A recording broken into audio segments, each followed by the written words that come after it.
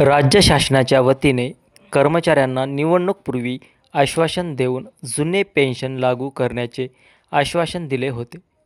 परंतु राज्य सरकारने योजना लागू केले नाही. तसेच 8वा वेतन आयोगही लागू केला नाही.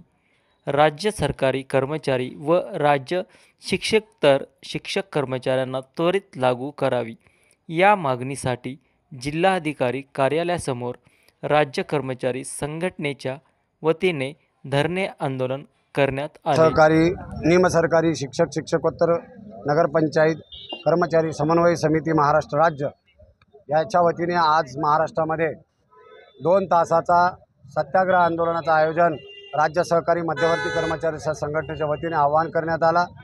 त्याच अनुषंगाने नांदेड या ठिकाणी आम्ही सर्व शासकीय निमशासकीय सर्व कर्मचारी बांधव यामध्ये मोठ्या प्रमाणामध्ये आम्ही सहभाग नोंदवलेला आहे. यामध्ये 2 तासाचा दखल शासनाने लवकरात लवकर घ्यावा असा आमचा विनंती आहे. आणि या 2 तासाचा काम बंद आंदोलनाचा दखल जर नाही घेतला तर लवकरच राज्य सहकारी मध्यवर्ती कर्मचारी संघटना 1 दिवसाचा लाक्षणिक संप असेल किंवा बेमुदत संपाचा असेल, हे दोन्ही विषय लवकरात लवकर राज्य कार्यकारिणी संघटनेच्या माध्यमातून निर्णय घेण्यात येईल.